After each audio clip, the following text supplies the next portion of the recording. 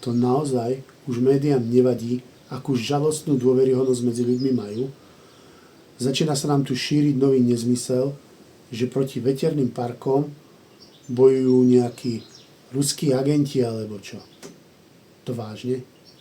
Prosím vás, moje obrovské úprimné ďakujem patrí iniciatíve Za pravdu proti veterným parkom.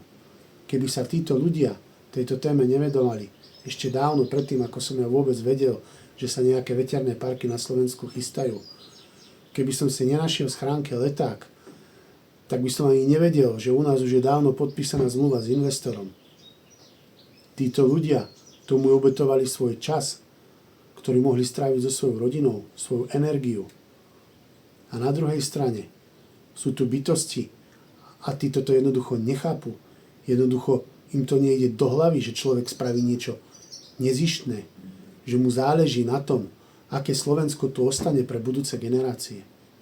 Ja si myslím, že je najvyšší čas prestať ich brať vážne.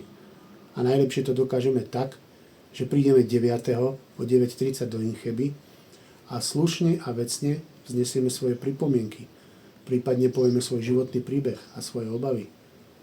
Vidíme sa tam.